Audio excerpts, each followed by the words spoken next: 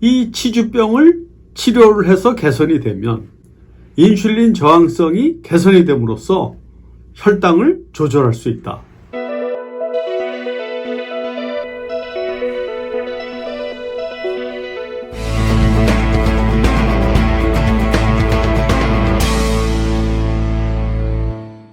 구독과 좋아요, 알람 설정을 부탁드리겠습니다.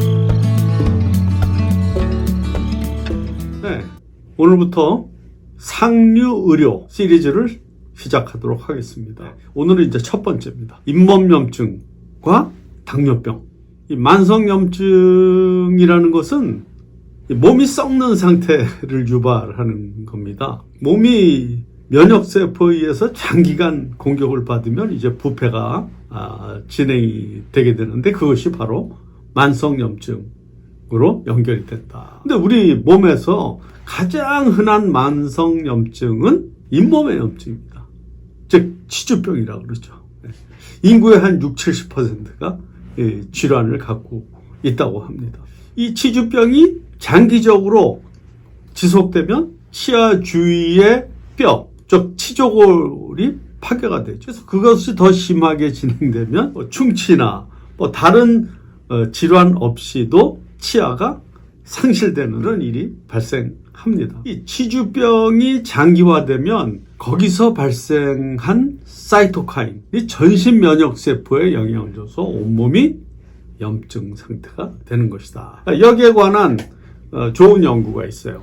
2009년 동경의과치과대학에서의 연구, 치주병과 당뇨병의 연관성에 대해서. 그 연구에 의하면 치주병에 인해서 발생한 사이토카인이 혈중의 당을 에너지로 변환하는 호르몬인 인슐린에다가 기능을 중지하라는 메시지를 보내게 됩니다. 그로 인해서 인슐린 저항성 상태가 지속되면 당뇨병이 악화되는 거죠. 그런데 이 치주병을 치료를 해서 개선이 되면 인슐린 저항성이 개선이 됨으로써 혈당을 잘 조절할 수 있다는 연구 결과를 얻었습니다. 그리고 또한 고혈당은 입안의 만성염증, 즉 치주병을 악화시키는 요인입니다. 그러니까 당뇨병을 갖고 있는 분들은 올바른 양치질을 열심히 해야 됩니다. 그렇지만 그것으로는 부족하다.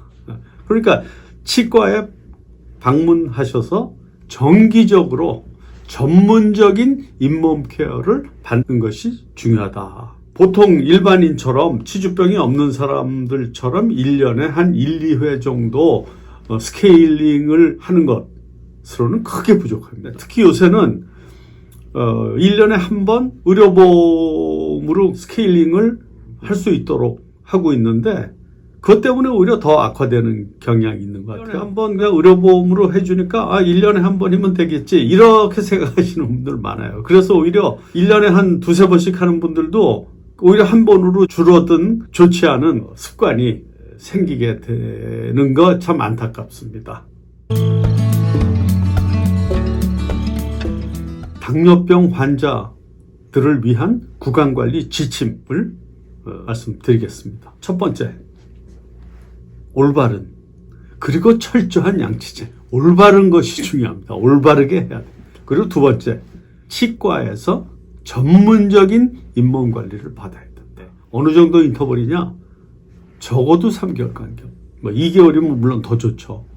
그러나 적어도 3개월 간격으로는 전문적인 케어를 받을 필요가 있다. 다음 세 번째, 스케일링 정도만 가지고는 좀 부족합니다. 스케일링보다 조금 더 업그레이드된 잇몸 시술을 받는 것이 바람직하다. 여러 가지가 있습니다. 그 중에 하나가 페리오 스파, 페리오 스파입니다.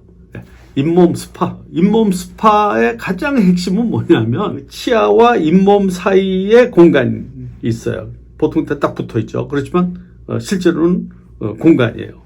거기에 플라그나 여러 가지 그 세균이 들어있는데 그쪽을 양치질에 의해서 그런 것들을 제거하는, 물리적으로 제거하는 거죠. 무슨 약 먹어서 해결되질 않습니다. 요새 뭐 TV 등에 보면 여러 가지 뭐 잇몸약이라 그래서 선전을 많이 하는데 그것으로는 해결이 안 됩니다. 물리적으로 제거를 하는 것이 중요하다는 거죠. 근데 그거는 칫솔질만 가지고는 부족하다.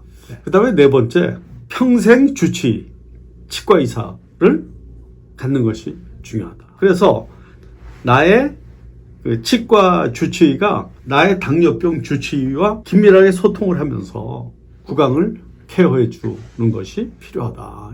이렇게 생각을 합니다. 그래서 오늘은 상류의료 시리즈의 첫 번째로 치주병과 당뇨병의 연관관계에 대해서 알아봤습니다. 네, 이것은 상류의료에서 매우 중요한 주제 중에 하나입니다.